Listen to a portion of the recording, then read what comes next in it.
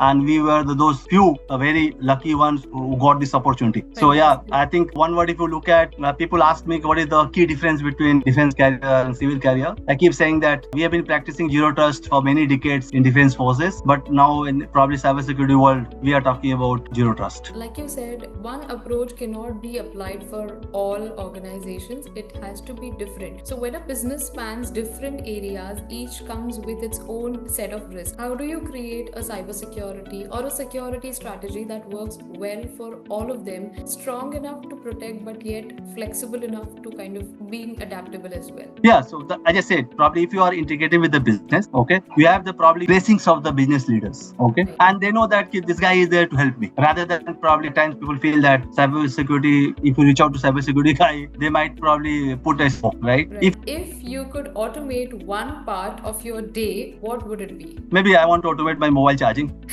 I think we all would love to do that. Yeah.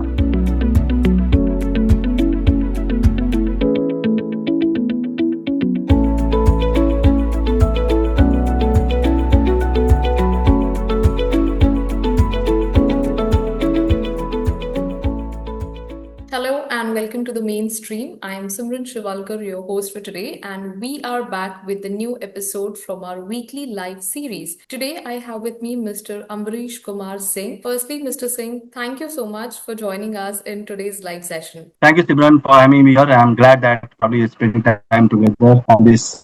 Well, absolutely, and the pleasure is totally ours. You need no introduction, but I will still take this opportunity to share a few things about you and introduce you. Shall I? Sure. Ambarish Kumar Singh, he's currently the Chief Information Security Officer at Godrej Enterprises Group. He's also a military veteran and a seasoned cybersecurity leader with more than 20 years of experience protecting critical systems and building resilient security frameworks. Known for his keep it simple approach, he also emphasizes on strong fundamentals, which is people, process, and technology, while championing accessible and business aligned security practices. His journey from the armed forces to securing a diverse enterprise offers valuable lessons in leadership, adaptability, and resilience. In today's episode, we will certainly take a deep dive into his journey and also try to understand his vision for the future of cybersecurity. Mr. Singh, firstly, welcome to our live series. Let's begin with your journey. You have started right from armed forces to the corporate world. I'm sure this journey has been dynamic and it is inspiring indeed. Can you tell us a bit about your military background and how it influenced your leadership style and your approach to cybersecurity today? Yeah, I think it is a very relevant question, and we keep getting these questions very often. Okay, so look at what we need to be successful as a leader, or as a cybersecurity professional, or as a human being, right? And all those elements probably need to be, as a leader, you need to lead from the front. You need to have tech knowledge. You need to be versatile. Probably you want to learn, keep learning because your learning curve is on. Probably you are trying to learn from others' mistakes. Okay, you have right attitude and aptitude. You have a security strong mindset. All these things, what I said, we were told, probably trained over a period of time during my defense career. And when we joined defense, probably we were very raw. I think 17 and a half years or 18 years of age we joined. At that point, probably you get into so many trainings over a period of time. The way you are trained, the way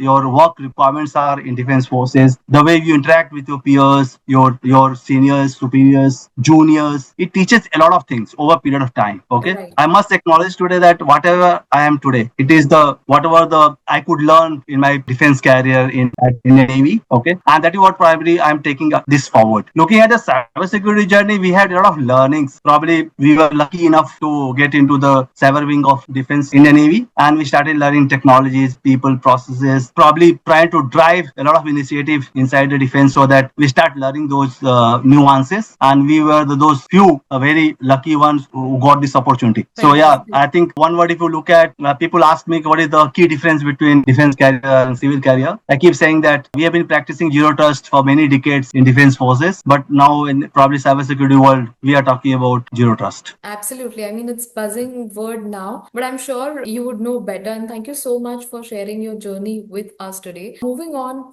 today in a cybersecurity, when we talk about the increasingly complex risk landscape, I'm aware that you advocate for simplicity. So, from your perspective, how do you strike a balance when we talk about keeping things simple without compromising on depth or effectiveness? Yeah, so probably I personally strong believe that cybersecurity is there to enable business. Okay. Correct. First, as a cybersecurity professional, we should understand our business well. Okay. What business we are in, what industry we are in, and then probably try to figure out what exposure you have. Because every organization will have different exposure. Correct. Depend upon your business, probably line of business you are. Okay, first thing. Second thing is you must integrate and work very closely with the business. What they are thinking, what they want to do. Okay, if you look at today, every business want to do a digital transformation. Okay, what does it mean to the business? They want to use cloud. They want to use data analytics. They want to use now today. Everybody wants to use AI. Okay, they want to use some kind of automation to provide great product to the customer and probably give a very excellent experience to the customer. Right now, delight. We are talking about delight, etc. Experience to the customer. To make this happen, a lot of technology has to come in play. Right. The more you open to such technologies, probably your threat exposure is increasing. Okay. Probably look at the exposure depends upon organization to organization, and probably if you know where your business is going and you're crafting your cybersecurity strategy accordingly, probably you'll able to address your cyber risk little ahead in time. Okay. Otherwise, we keep saying that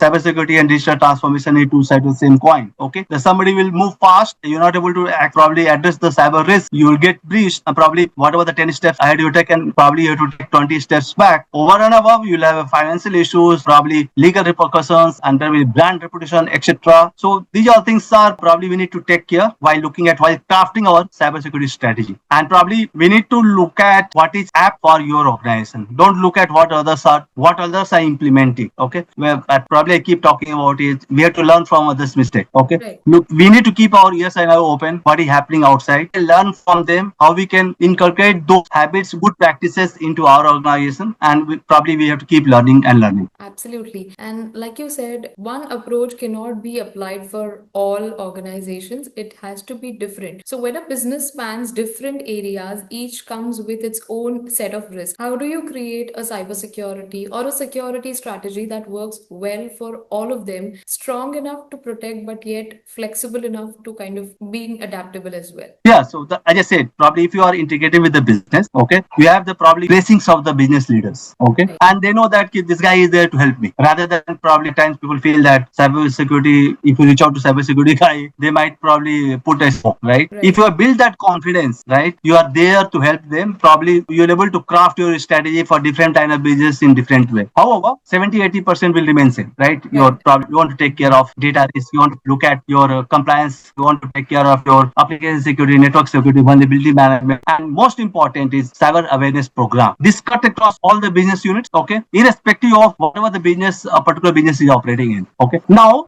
there will be unique requirement for respective business units. If you have multiple line of business, you have to create, probably you have to carve out your strategy accordingly to address those specific challenges with respect to, maybe look at manufacturing, OT security, one of the challenge, right? You want to build people want to build IoT products, smart products, right? You have a smart manufacturing platform, etc. So probably you have to take care of those nuances for respective businesses. Right. However, 80%, as I said, basic remains. Absolutely, absolutely. Moving on from your vantage point, what emerging threats or overlooked areas should CISOs today be paying more attention to? Can you highlight what can be some of the top priorities for cybersecurity leaders and CISOs in today's day and age? Yeah, so if you look at top three priorities, probably where everybody is working on how to address AI risk. First thing. Right. Second thing is data protection. Third Right. thing, if you look at, people are looking at how to address the probably compliance and other requirements. Okay. If you look at AI risk today, I'll just talk about this a little more in detail. Look at what is happening. Probably AI probably got into an organization faster at faster space what we envisaged originally. Look at every employee using AI in some other way. We have been talking about shadow IT. Now we are talking about shadow AI. A lot of we don't have visibility what users are doing from the AI front. That is the common challenges every CIOs, CISOs have. Right. Okay, how to get the visibility what people are doing, and second thing is how to make them aware, how to use the AI tool and what is there for them. Okay, what are the risks? Generally, what happens is people are very excited about AI chat GPT. They use this and they take everything, whatever output is coming, it is the truth. That probably the awareness is going to play a key role. Okay, we have to keep make people aware about what are the pros and cons of all such tools which keeps coming. Okay, we should use such technology to our advantage rather than probably somebody using to for their advantage. Rightly said so. And lastly, what, any key practices or best recommendations that you would want to offer to the next gen of of cybersecurity leaders or CISOs. Now that we have technologies like AI into picture, we also have regulations like DPDP, although it's not completely being implemented, but yet with all of this against the background, any best practices or anything to watch out for in the next decade? Yeah, so the three, four things probably I've been practicing, and whatever the little knowledge I have, probably I can just, my viewpoint, probably Right. one thing is ensure that your people process technology. The basic element of cybersecurity is strong. And we must ensure that they are complementing each other. If they don't complement, you're not going to get success. Second thing is ensure that you are aligned to the business objectives and probably you are driving a right culture in the company. And you as a cybersecurity professional, you act as a change agent. Probably you are trying to drive, or you are driving those change passionately. Correct. Okay, nobody else is going to drive for you. See, if you are able to drive the culture, okay, you'll able to drive a lot of initiatives and this will be smoother. You cannot push very hard every time. You can do one or two things, you might be successful initially, but if you're not the culture, awareness is very low, you're not build the culture, probably you will fail over a period of time. Fourth thing is probably learn from others' mistake, lead from the front. Okay, look at from the cybersecurity team perspective, look at how you can enable them to probably prosper their career. You are probably guiding them from that, probably what is happening outside the world, and probably telling them, guiding them what they are supposed to do to further better in their respective roles. Thank you so much, Mr. Singh. I mean, learning and then leading, especially in a domain like cybersecurity, where threat actors are getting more and more sophisticated and it just keeps evolving. I think we all can take some inspiration from that. Thank you once again for sharing your insights. Well, before we wrap up, I also have a couple of rapid fire questions for you. Anything that comes to your mind first. You ready? Yeah, sure. Great, let's begin. Well, my first question to you is, what has been your leadership mantra if you could describe it in one word? So probably lead from the front, and probably I believe that I'm here for my team. Super.